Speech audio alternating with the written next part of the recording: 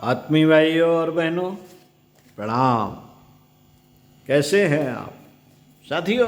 स्वस्थ होंगे, व्यस्त होंगे, मस्त होंगे, मुस्कुरा रहे होंगे, जोर से ठहाके भी समय समय पे लगाते रहिए। स्वस्थ रहने की यही एक निशानी है।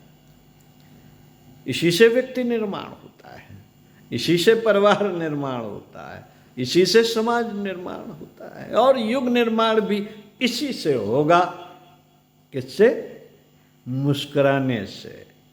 सदैव अंतर मन से मुस्कुराइए, हंसिए, जोर जोर से हंसिए। ये आपको हर तरीके से, शरीर से, मन से, दिलो दिमाग से अच्छा तो करेगा ही, स्वस्थ तो करेगा ही, लेकिन इसका एक लाभ और भी होगा। परिवार निर्माण स्वतः हो जाएगा, समाज निर्माण स्वतः हो जाएगा, युग निर्माण भी इसी कड़ी में जुड़ जाएगा। परम पूज्य गुरुदेव ने कहा था एक पुस्तक में। चलिए साहब, प्रज्ञावतार की विस्तार प्रक्रिया को पढ़कर सुनाते हैं। पृष्ठ 29 से उठाने वाले के साथ जुड़े। इन दोनों नव निर्माण प्रयोजन भगवान की प्रेरणा और उनके मार्गदर्शन में चल रहा है, उसे एक तीव्र सरता प्रवाह मानकर चलना चाहिए, जिसकी धारा का आश्रय पकड़ लेने के बाद कोई कहीं से कहीं पहुंच सकता है। तूफान के साथ उड़ने वाले पत्ते भी सहज ही आसमान चूमने लगते हैं। ऊंचे पेड़ का आसरा लेकर दुबली बेल भी उतनी ही ऊंची चढ़ जाती है। ऊंचे पेड़ का आसरा लेकर दुबली पतली बेल भी उतनी ही ऊंची चढ़ जाती है जितना कि वह पेड़ होता है। नवनिर्माण महाकाल की योजना एवं प्रेरणा है, उसका विस्तार तो उतना ही होना है जितना कि उसके सूत्र संचालक ने निर्धारित कर रखा है।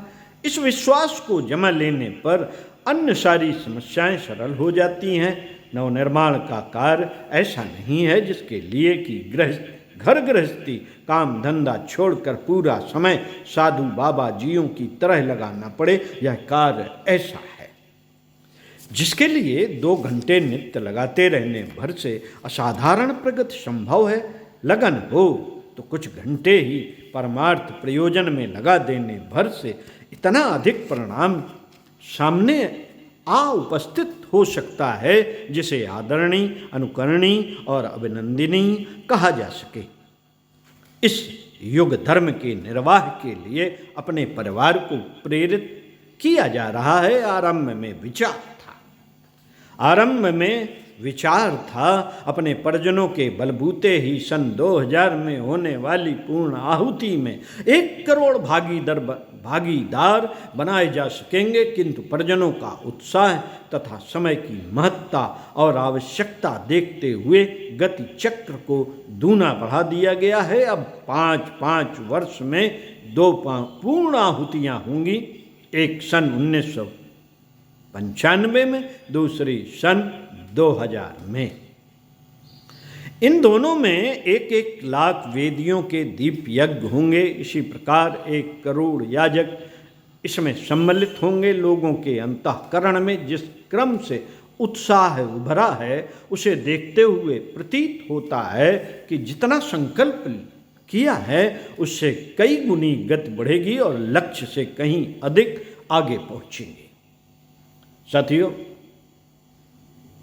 वर्ष 2024 चल रहा है और जो लोग इन पूर्णाहुतियों में सम्मिलित रहे हैं वो आज भी इसकी चर्चा करते हैं और बहुत बढ़ चढ़कर काम भी कर रहे हैं।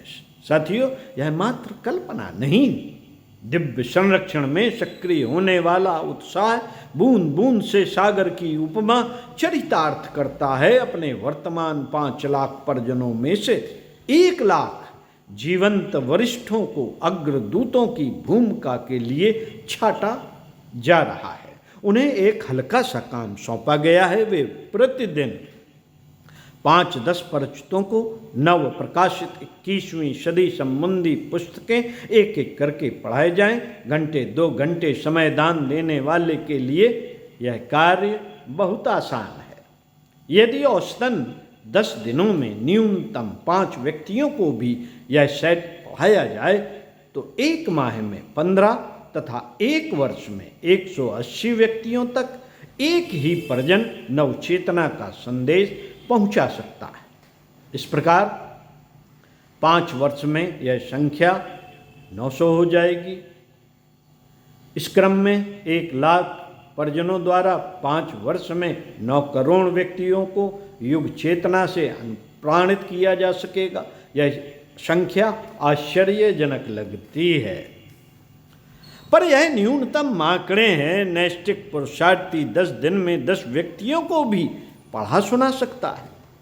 तब यह संख्या 2 गुनी हो जाएगी, अर्थात 5 वर्ष में 18 करोड़।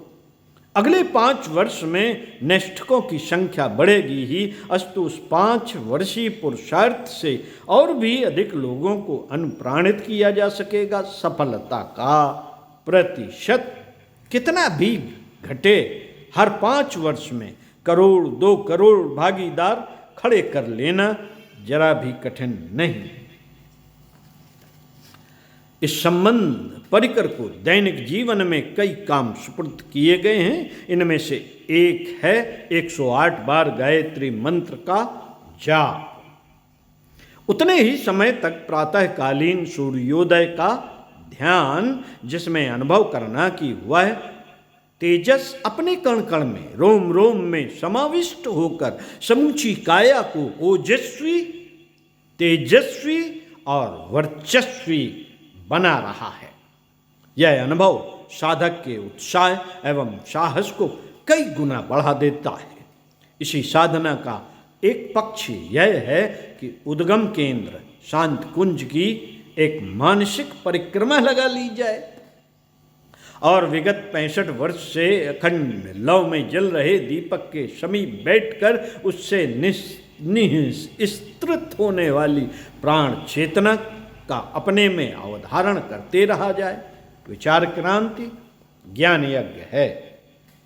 मित्रों, विचार क्रांति ज्ञान यज्ञ है। इसका हर दिन अवगाहन किया जाए। 21वीं सदी संबंधी जो पुस्तकें हैं जो इन दिनों छपती जा रही हैं, उस क्रम में हर महीने 6 पुस्तकें छापने की योजना है।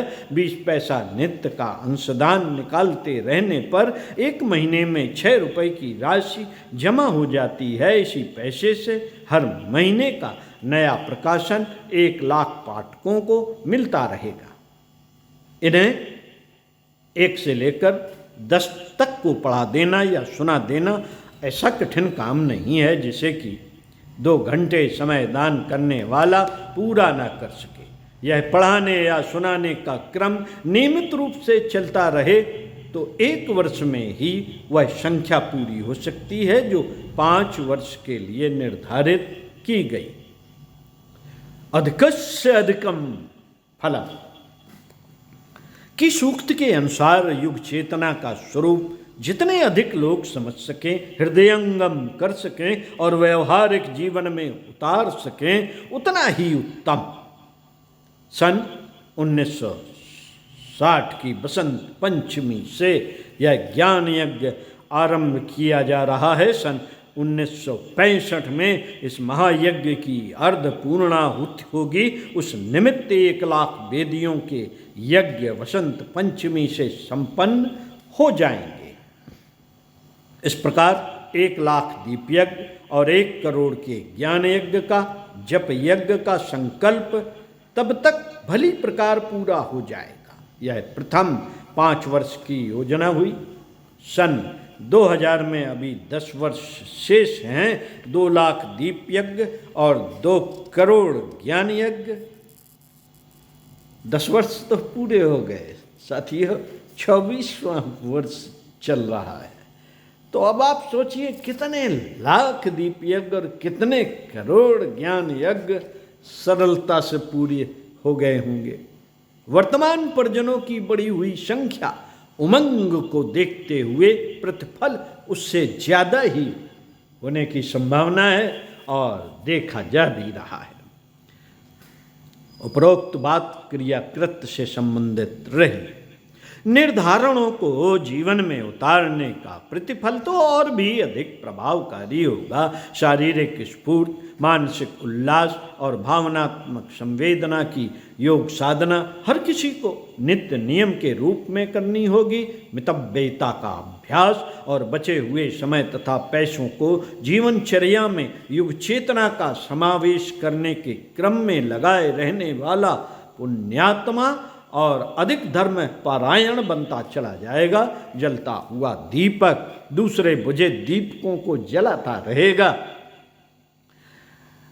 1,00,000 से प्रारंभ हुआ युग चेतना अभियान 5-5 वर्षों में करोड़ों से करोड़ों को अपने प्रभाव से प्रभावित कर डाले तो उसे कुछ भी असाधारण नहीं मानना चाहिए।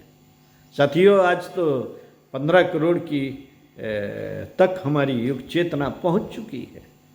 15 करोड़ गायत्री महामंत्र से अनुप्राणित हैं और युग साहित्य का वितरण करने में जुटे हुए हैं, गुरु आज्ञा मानते हुए।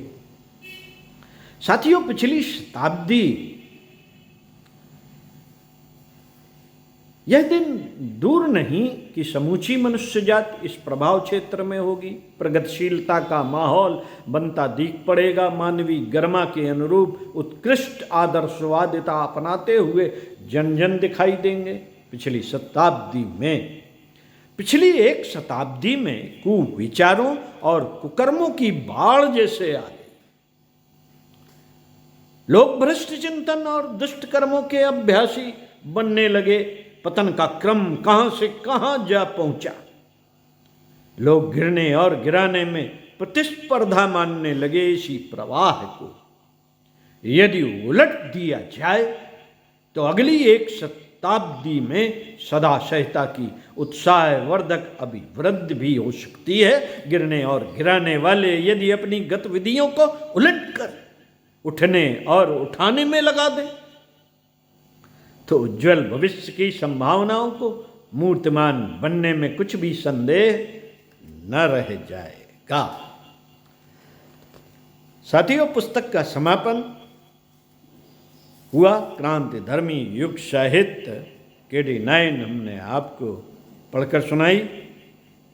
बातें जो भी हैं साथियों, लगता है कि ऐसे ही होना है। गुरुदेव का संकल्प पूरा विश्व बदलने का एक बार उन्होंने कहा था कि मैं पूरे विश्व की कुंडली जगाने जा रहा हूं। यह संकल्प है और जितने भी बोले हमने संकल्प लिए हैं वे पूरे होने निश्चित ही है। विश्व की कुंडली जागृत काहे से? उन्होंने कहा गायत्री मंत्र से। हर किसी को गायत्री मंत्र जपना ही होगा। तो साथियों, जपते रहिए गायत्री मंत्र का